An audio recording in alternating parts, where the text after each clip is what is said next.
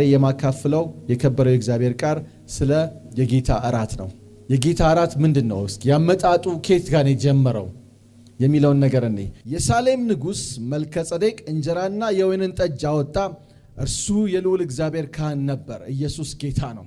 አሜን ነው ወይ? መጀመሪያ የጌታን ወይንና እህል ይዞ የመጣው መልከጼዴቅ የሚባለው የሳሌም ንጉስ ለአብርሃም መጀመሪያ ይዞለት የመጣው እሱ ነው። ይህ ማለት ምንድነው? ሕግ ከመምጣቱ በፊት በሙሴ ሕግ ከመምጣቱ በፊት ሥርዓቶች ከመምጣታቸው በፊት እግዚአብሔር መልከጼዴቅ በሚባለው ዘላለማዊ ካህን በሆነው በሱ ለአብርሃም ይዞለት መጣ።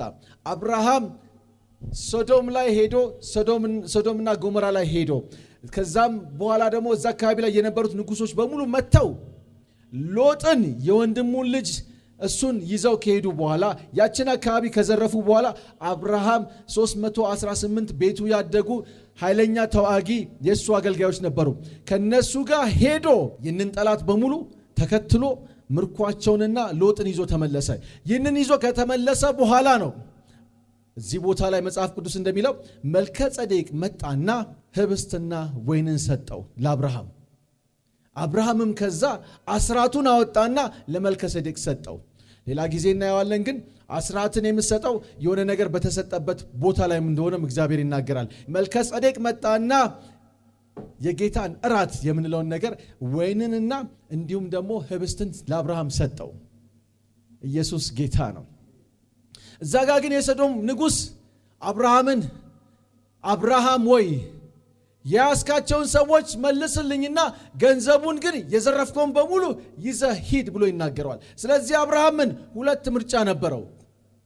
አንድ መልከጼዴቅ የሰጠውን ህብስትና ወይን መቀበል ወይም ደግሞ የሰዶም ንጉስ የሰጠውን ገንዘብ ማየት።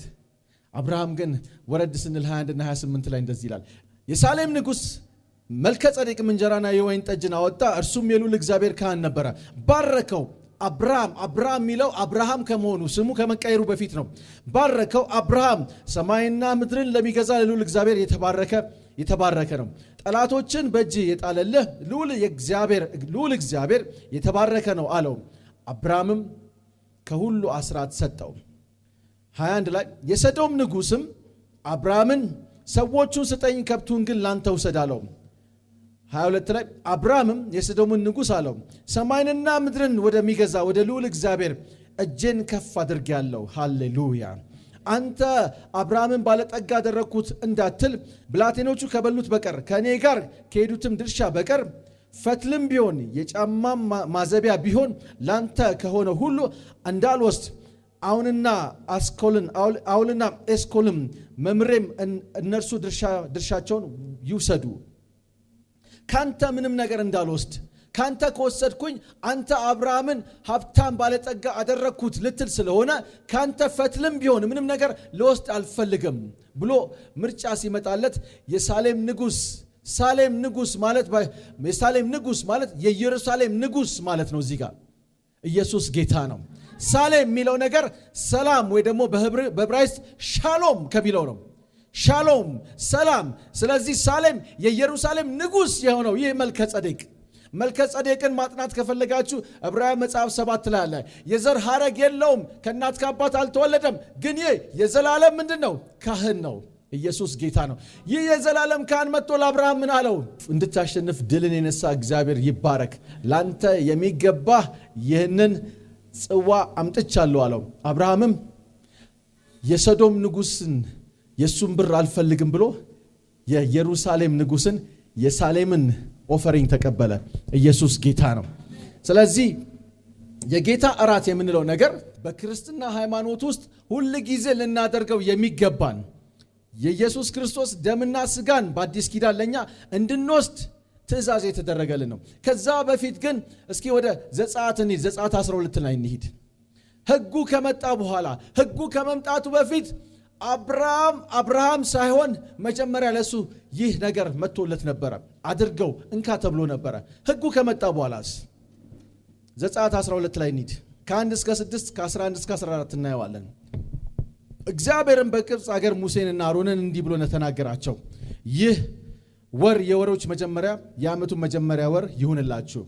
ለእስራኤል ልጆች ሁሉ ተናገሩ በሏቸው፣ በዚህ ወር በ14ኛው ቀን ሰው ሁሉ ለአባቱ ቤት አንድ ጠቦት ለአንድ ቤትም አንድ ጠቦት ይውሰድ። የቤቱ ሰዎች ቁጥርም ለጠቦቱ የማይበቃ ቢሆን እነርሱና ለቤቱ የቀረበው ጎረቤቱ እንደ ነፍሶቻቸው ቁጥር አንድ ጠቦት ይውሰዱ። እያንዳንዱም እንደሚበላ መጠን ከጠቦቱ ይካፈሉ። እና 5 ላይ የእናንተ ጠቦት ነውር የሌለበት የ1 ዓመት ተባት ይሁን። ከበጎች ወይም ከፍየሎች ውሰዱ። በዚህ ወር እስከ 14ኛው ቀን ድረስ ጠብቁት። የእስራኤልን ማህበር ጉባኤ ሁሉ ሲመሽ ይረዱት። ከደሙም ወስደው በሚበሉበት ቤት ሁለቱና መቃኑን ጉበኑን ይቀቡት። 11 ላይ ጎቦቻችሁን ታጠቁ፣ ጫማችሁን በእግራችሁ በትራችሁ በእጃችሁ አድርጋችሁ እንዲህ ብሉት፣ ፈጥናችሁም ትበላላችሁ። እርሱ የእግዚአብሔር ፋሲካ ነው። እኔም በዛች ሌሊት በግብፅ አገር አልፋለሁ። በግብፅም አገር ከሰው እስከ እንስሳ ድረስ በኩሩን ሁሉ እገድላለሁ። በግብፅም አማልክት ሁሉ ላይ እፈርድባቸዋለሁ። እኔም እግዚአብሔር ነኝ። 13 ደሙም ባላችሁበት ቤቶች ምልክት ይሆንላችኋል። ደሙን ባየው ጊዜ ከእናንተም አልፋለሁ። እኔም የግብፅን አገር በመታው ጊዜ መቅዘፍቱ ለጥፋት አይመጣባችሁም። 14 ላይ ይህን ቀን መታሰቢያ ይሁናችሁ፣ ለእግዚአብሔርም በዓል ታደርጉታላችሁ፣ ለልጅ ልጆቻችሁም ሥርዓት ሆኖ ለዘላለም ታደርጉታላችሁ። ኢየሱስ ጌታ ነው። ሊትራሊ ምንድን ነው የሚለው? ምንም አይነት እንከን የሌለበት በግ ወይ ፍየል የ1 ዓመት መሆን አለበት። ይህ ሰውነቱ ምንም አይነት የተቧጨረ ነገር ወይም ደግሞ ቆዳው የተበሳ ነገር የሌለበት ንጹሕ የሆነውን በግ ትለዩልኝና ያንን በግ ምን በመካከላችሁ ተካፍላችሁ ብሉት፣ ደሙንም በቤቱ በር ላይ ቀቡት። እኔም የሞት መልአክን በምልክበት ጊዜ እናንተን እታደጋችኋለሁ፣ የግብፅን በኩር በሙሉ ግን አርደዋለሁ። ኢየሱስ ጌታ ነው። ሰውንም እንስሳንም ግብፅ ላይ አርዳለሁ። ይህ ደግሞ ትእዛዝ ስለሆነ ከዘር እስከ ዘራችሁ ዘረማንዘራችሁ ለልጆቻችሁ በሙሉ መንገር ያለባችሁ መታሰብ ያለበት በዓል ነው አላቸው። ኢየሱስ ጌታ ነው። ብሉይ ኪዳን የአዲስ ኪዳን ተምሳሌት ነው። በጉ ለኛ ማን ነው? ኢየሱስ ጌታ ነው። ዮሐንስ የተናገረው እነሆ የዓለም ኃጢአት በሙሉ ያስወግድ ዘንድ እንዳለው ኢየሱስ ክርስቶስን ነው። የ1 ዓመት በግ እንደ ተምሳሌት ሆኖ እዚህ ጋር ይታረድ የነበረው የፋሲካ በዓል እያሉ ሁሉ ጊዜ አይሁዶች የሚያከብሩት ማለት ነው። ኢየሱስ ጌታ ነው። ኢየሱስ ሄዶ ራሱን መስቀል ላይ አሳልፎ ከመስጠቱ በፊት የፋሲካ በዓል በቀረበበት ሳምንት ነበረ ይህ ነገር የሆነው። በየዓመቱ የሚያደርጉት የፋሲካ በዓል የቂጣ በዓል እያደረጉ የሚያደርጉበት በዓል ነው። ኢየሱስ ጌታ ነው። እርሾ የሌለበት የሚካፈሉበት የቂጣ በዓላቸው ነው። እዚህ ጋር ግን ምን አላቸው? ይህ በግ ለመስዋዕት የሚቀርበው በግ ምንም አይነት እንከን ሊኖርበት አይገባውም አለ። ኢየሱስ ጌታ ነው። ጌታ ኢየሱስ ምንም አይነት እንከን አልነበረውም። ምንም አይነት ኃጢአት አልነበረውም። መስቀሉ ላይ እስኪሄድ ድረስ እስኪወጣና የራሱን ሕይወት እስከሚያሳልፍ ድረስ ምንም አይነት ኃጢአት በደል አልነበረውም። እሱ ግን የእኛን ኃጢአትና በደል በሙሉ ሰብስቦ መስቀሉ ላይ ቸነከረው። ኢየሱስ ጌታ ነው። ዘጸአት 12 የሚናገረው በተምሳሌት የኢየሱስ ክርስቶስን የመስቀሉን ሥራ ለነሱ በልምምድ እንዲያደርጉት እንደ ስርዓት ሆኖላቸው የሚደረግ ነገር ነበረ።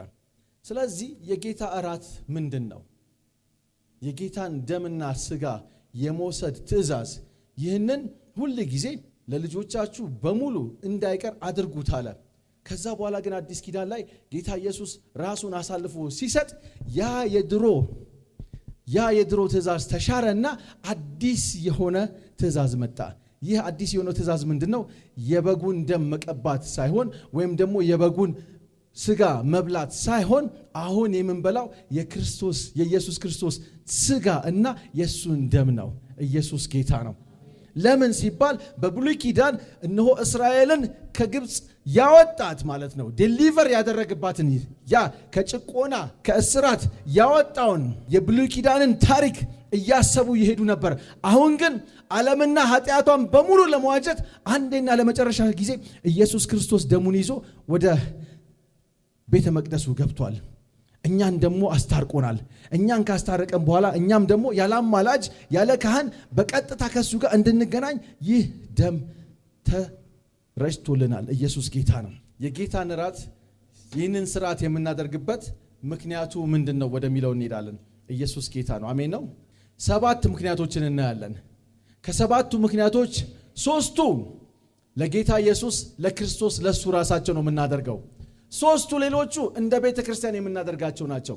አንደኛው ግን ለዓለም የምናደርገው ነገር ነው። አሜን ነው። ምን አልኩኝ? 3ቱ ለክርስቶስ የምናደርገው ነው።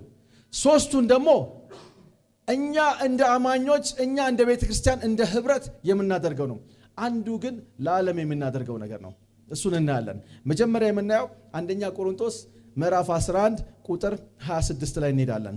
ይህንን እንጀራ በበላችሁ ጊዜ ሁሉ ይህንንም ጽዋ በጠጣችሁ ጊዜ ሁሉ ጌታ እስኪመጣ ድረስ ሞቱን ትናገራላችሁ።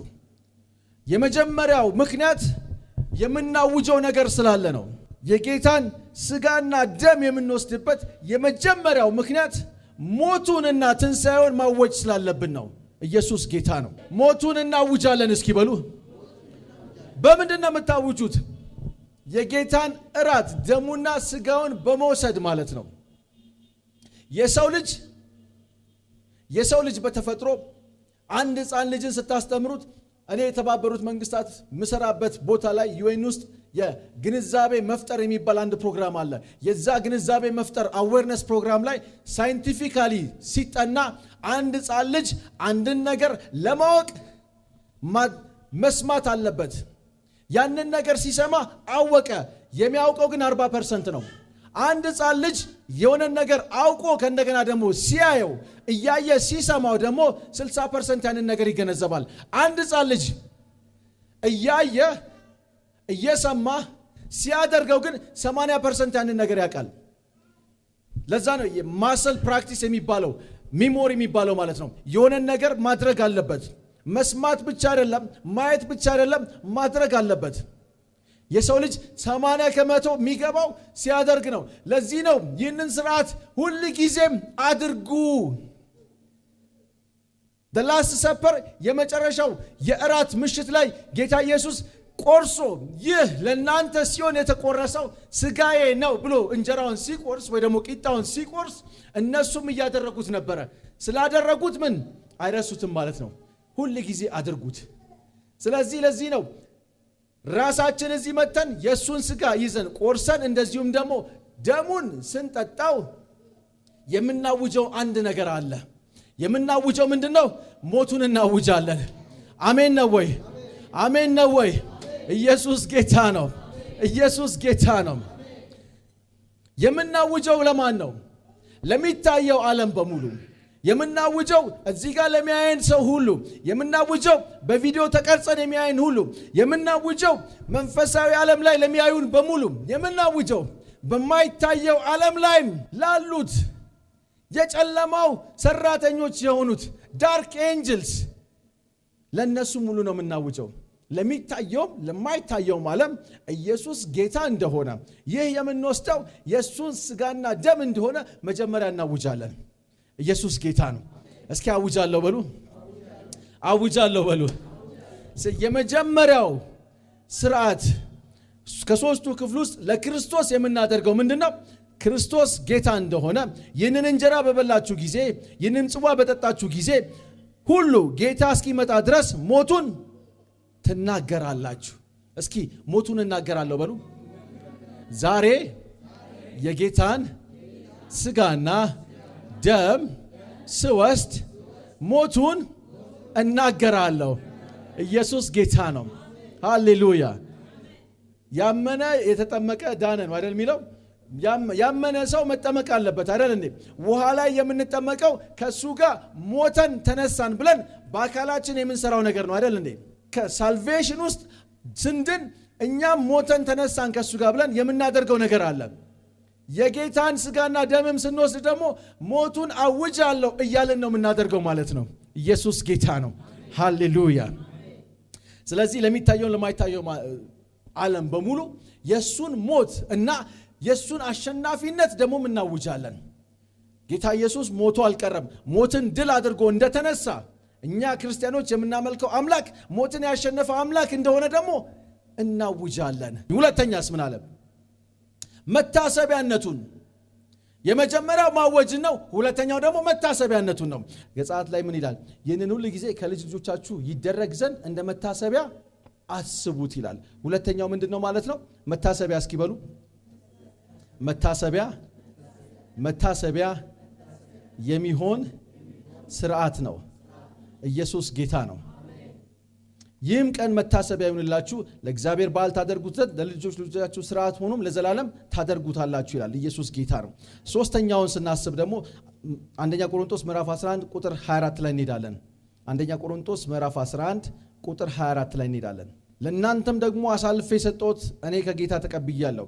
ጌታ ኢየሱስ አልፎ በተሰጠበት በዚያች ሌሊት እንጀራን አንስቶ አመሰገነ፣ ቆረሰም፣ እንካችሁ ሁሉ ይህ ስለ እናንተ የሚሆን ሥጋዬ ነው፣ ይህንን ለመታሰቢያ አድርጉት አለ። ኢየሱስ ጌታ ነው። ለምን አድርጉት አለ? ለመታሰቢያ አድርጉት አለ። እንደዚሁም ከራት በኋላ ጽዋውን አንስቶ ይህ ጽዋ በደሜ የሚሆን አዲስ ኪዳን ነው፣ በጠጣችሁት ጊዜ ይህን ሁሉ ለመታሰቢያ ምን አድርጉት አለ። ኢየሱስ ጌታ ነው። ስለዚህ እሱን ለማሰብ እሱን መታሰቢያ ይሆን ዘንድ የክርስቶስን መታሰቢያነት እያሰብን ሁል ጊዜ የምናደርገው ስርዓት ነው ማለት ነው። ሶስተኛው ምንድነው አለን? በጉጉት መጠበቅ። እስኪ በሉ በጉጉት መጠበቅ። አንደኛ ቆሮንቶስ ምዕራፍ 26 ላይ እንሄዳለን። ይህንን እንጀራ በበላችሁ ጊዜ ሁሉ ይህንንም ጽዋ በጠጣችሁ ጊዜ ሁሉ ጌታ እስኪመጣ ድረስ ሞቱን ትናገራላችሁ። ስለዚህ የጌታን እራት በምንወስድበት ጊዜ ሞቱን ብቻ ወደ ኋላ ማሰብ ሳይሆን ወደፊት ደግሞ የእሱን መምጣትም እናስባለናል። ኢየሱስ ጌታ ነው። አሜን ነው። የእሱን ምጽአት ደግሞ እናስባለን ማለት ነው። ወደ ኋላ ተመልሰን መስቀሉ ላይ የሰራውን ነገር እናስባለን፣ የመስቀሉን ነገር እናስባለን። ወደፊትም በማሰብ ደግሞ እነሆ ሞትን ድል አድርጎ የተነሳው ጌታ ኢየሱስ ክርስቶስ አርክኤንጅል እነሆ ቅዱስ ገብርኤል የመጨረሻውን ጥሩምባ ሲነፋ ጊዜ እሱ በእልፍ መላእክት ታጅቦ ሰማይ ላይ ይመጣል። የሞቱትም መጀመሪያ ይነሳሉ ይላል አይደል እንዴ? የተበታተነው የሰው አካል ሁሉ ተመልሶ ተገጣጥሞ ሙታን ሁሉ ይነሳሉ። እሱን ለመቀበል መነጠቅ የሚለው ነገር ይመጣል። ስለዚህ ወደፊት የምናስበው ምንድነው? ጌታ ኢየሱስ ክርስቶስ ይመጣል የሚለውን ነገር እያሰብን መታሰቢያነት እናደርገዋለን። ኢየሱስ ጌታ ነው። 24 ላይ ሌላችሁ ጌታ ኢየሱስ አልፎ በተሰጠበት በዛች ሌሊት እንጀራን አንስቶ አመሰገነ፣ ቆርሶም እንካችሁ ሁሉ ይህ ስለ እናንተ የሚሆን ሥጋዬ ነው፣ ይህንን ለመታሰቢያዬ አድርጉት። መስቀሉ ላይ ለእኛ ሲል እንደሞተ መታሰቢያነት ይሆን ዘንድ እናስባለን። ይህ የእሱ ደምና ሥጋ ለመታሰቢያነት ይሆን ዘንድ እናደርገዋለን። ግን ደግሞ መስቀሉ ላይ የተሰራውን ሥራ ብቻ ሳይሆን ወደፊትም ደግሞ በጉጉት የምንጠብቀው ነገር አለ ማለት ነው። የጌታን ሥጋና ደም ስንወስድ እሱ በአላፍ መልአክ ታጅቦ እንደሚመጣም ደግሞ በተስፋ እንጠባበቃለን። ኢየሱስ ጌታ ነው። ሶስቱን ነገሮች ደግሞ ቤተ ክርስቲያን ማድረግ ያለባት ለቤተ ክርስቲያን ምንድን ነው? ይሄ ለክርስቶስ ነው። መታሰቢያነቱ ለክርስቶስ ነው። ማወጁ ለክርስቶስ ነው። መጠባበቁ ክርስቶስን ነው። ቤተ ክርስቲያንስ ለቤተ ክርስቲያንስ የጌታ እራት ደምና ሥጋ መውሰድ ምንድን ነው? የመጀመሪያውን አንደኛ ቆሮንቶስ ምዕራፍ 11 እዛው ቦታ ላይ 29 ላይ እናየዋለን። ሳይገባው የሚበላና የሚጠጣ የጌታን ሥጋ ስለማይለይ ለራሱ ፍርድን ይበላልና ይጠጣልም። ሳይገባው የሚበላና የሚጠጣ የጌታን ሥጋ ስለማይለይ ለራሱ ፍርድ ይበላልና ይጠጣልም። ምንድን ነው የሚለው? ፍርድ ጀጅመንት የሚለውን በሌላ ትራንስሌሽን ደግሞ ስታዩት ዲዘርን ይላል፣ መለየት ይላል። ይህንን የጌታን ሥጋ በምንወስድበት ጊዜ የማንን ሥጋ እየወሰድን እንደሆነ መለየት መቻል አለብን።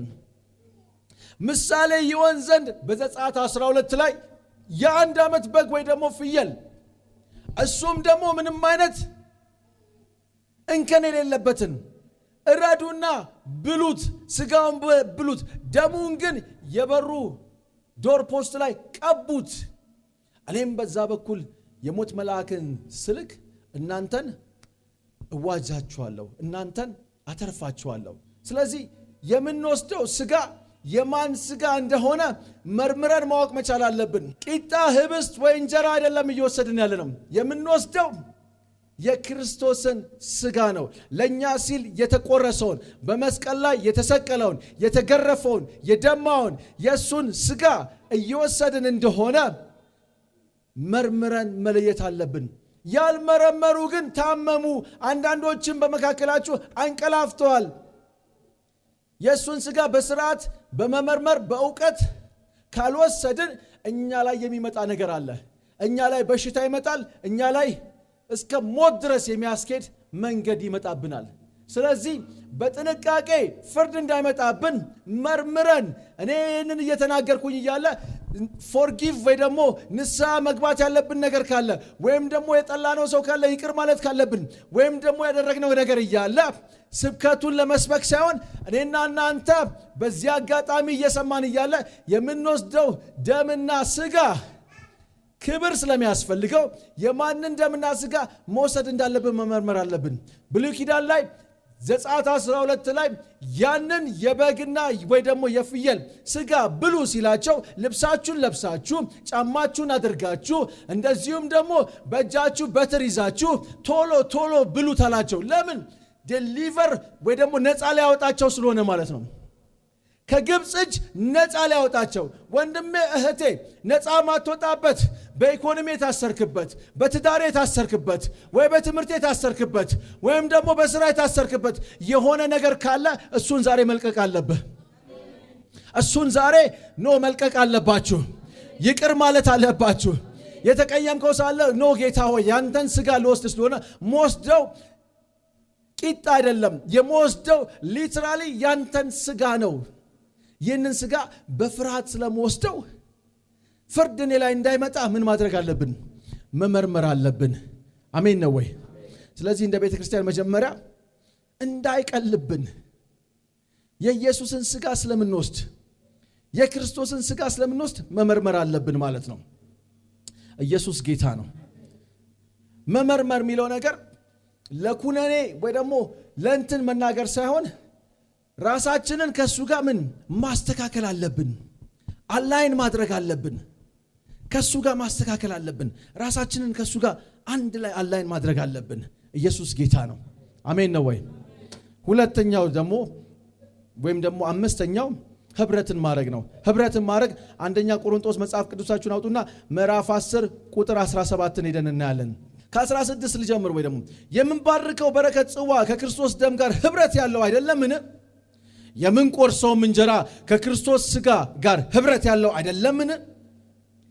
አንድ እንጀራ ስለሆነ እኛ ብዙዎች ስንሆን አንድ ሥጋ ነን፣ ሁላችንም ያንኑ አንዱን እንጀራ እንካፈላለንና። ህብረትን ነው የሚናገረው እዚህ ጋር። ህብረት እስኪ በሉ፣ ፌሎሺፕ እስኪ በሉ። ኢየሱስ ጌታ ነው። ህብረት እያደረግን ነው የሚለው። ይህ የሚናገረው ለጂሰስ ኤምባሲ ቤተክርስቲያን አይደለም። ህብረት የምናደርገው ኢትዮጵያ ውስጥ ካሉት የአማኞች ቤተክርስቲያን ጋር አንድ ላይ ነው። ህብረት የምናደርገው ዓለም ላይ ካሉት የኢቫንጀሊካል ቤተክርስቲያን ጋር ነው።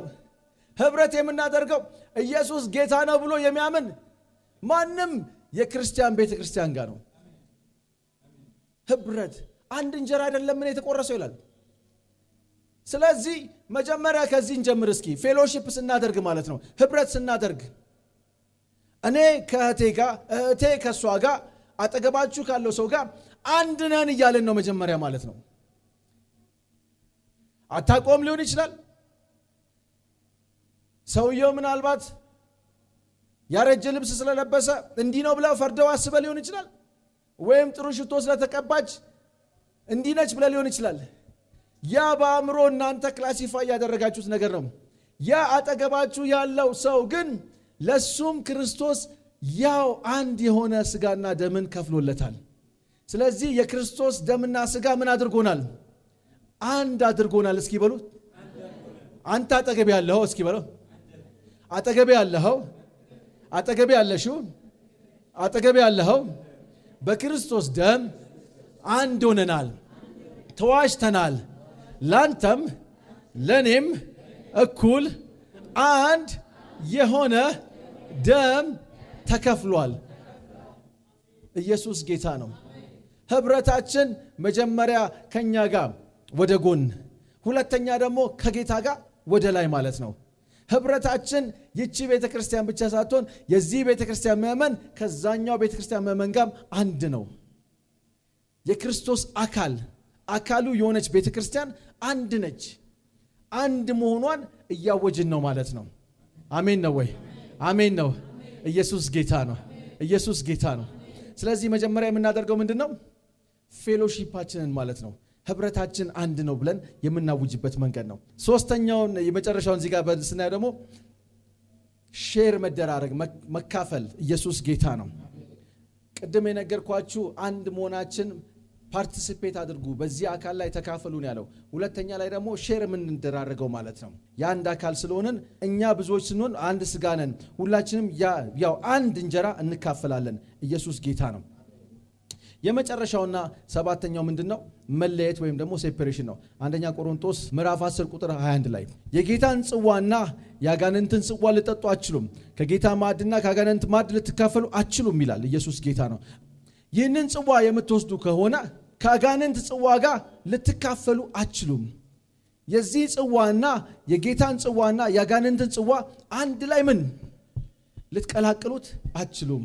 እኛ የጌታን እራት ስጋና ደም ስንወስድበት እዚህ መሰዊያ ላይ የምናቀርበው የኢየሱስ ክርስቶስ ደምና የሱን ስጋ ነው። ይህንን ደምና ስጋ ከሌላ መሰዊያ ጋር አትቀላቅሉት። ከሌላ መሰዊያ ጋር ሊቀላቀል አይችልም። ምንድነው ህይወታችንን የገዛው ነገር? ህይወታችንን የገዛው የምናምንበት ነገር ምናልባት ወጣት ሆነን ሆርስስኮፕ ማየት ሊሆን ይችላል። በጂኦፊዚክስ ነገር የተመራ አንድ ነገር ሊሆን ይችላል። ወይም ደግሞ የምናመልከው ነገር ወይ ደግሞ በጣም የተቆጣጠረ ነገር ሙዚቃ ሊሆን ይችላል። ሙዚቃ ውስጥ ያለው መልእክት ሊሆን ይችላል። ወይም ደግሞ በጣም የያዘን ነገር ኦብሰስድ ያደረገን ጌም መጫወት ሊሆን ይችላል። የምናመልከው ነገር ኃይል አለው ማለት ነው። ከኢየሱስ ውጪ ፎስ ልናገኝበት የምንችል መንገድ ካለ ያ ያጋንንት መንገድ ነው። ከኢየሱስ ውጪ ሰላምን ለማግኘት የምንሄድበት መንገድ ካለ ያ ያጋንንት አካሄድ ነው። ስለዚህ ይህንን አትቀላቅሉት። ባህል በሚመስል ነገር ሊሆን ይችላል። በባህላዊ መንገድ የሚመስል የሚሰዋ አንድ ነገር ሊሆን ይችላል። ጣዖት ሊሆን ይችላል። ወይም ደግሞ ከቤተሰቦቻችን የመጣ የሆነ ዝክር ሊሆን ይችላል። ወይ የሆነ ነገር ሊሆን ይችላል። ይህንን ከክርስቶስ ማዕድ ጋር ከሱ ጋር አትቀላቅሉት ይላል። ኢየሱስ ጌታ ነው። ስለዚህ ለዓለም ምን እያልናት ነው? የኢየሱስ ክርስቶስን ደምና ስጋ ስንወስድ ለዓለም ምን እያልን ነው? እኛ ከናንተ ተለይተናል። ለቤተ ክርስቲያን መታሰቢያን ለቤተ ክርስቲያን አውጁ ካለ ለዓለም ደግሞ እኛ ከናንተ ተለይተናል። እኛ የምንወስደው ደምና ስጋ ከናንተ ጋር የሚቀላቀል አይደለም። ኢየሱስ ጌታ ነው። ኢየሱስ ጌታ ነው። ስለዚህ የጌታን እራት በምንወስድበት ጊዜ እነዚህን 7 ነጥቦች እናያለን ማለት ነው። የመጀመሪያው ምንድነው? ዕውቅናን መስጠት ነው፣ ማወጅን ነው። ሁለተኛው መታሰቢያ ነው። ሶስተኛው ምንድነው? የምንጠባበቀው ነገር አለ። የምንጠባበቀው ነገር ምንድነው? ኢየሱስ ክርስቶስ በክብር እንደሚመጣ እንጠባበቃለን። ለቤተ ክርስቲያን ደግሞ መመርመር አለብን። ህብረታችንን እናውጃለን። እንደዚሁም ደግሞ በመካከላችን ላይ በአንድነት እንካፈላለን። በአንድነት ቆርሰን እንካፈላለን እንላለን። እኔና እናንተ አንድ ነን እንላለን። ለዓለም ደግሞ የምናውጀው ምንድነው? እኔ ከዚህ ልምምድ ተለይቻለሁ። እኔ ኦብሰስድ ያደረገኝ ወይ ደግሞ ከነገሰብኝ ነገር ህይወቴን ከተቆጣጠረው ከክርስቶስ በላይ የሆነብኝ ነገር ብር ሊሆን ይችላል፣ የብር ፍቅር ሊሆን ይችላል፣ ማሞን ስፕሪት ሊሆን ይችላል። ከኢየሱስ ክርስቶስ በላይ በጣም የተቆጣጠረን ነገር ካለ ለሱ የምንሰዋው ጊዜ የበዛ ከሆነ ያ ከጌታ ቴብል ጋር መቀላቀል የለብንም። ያጋንንት መስዋዕት ይለዋል። ኢየሱስ ጌታ ነው። ሃሌሉያ።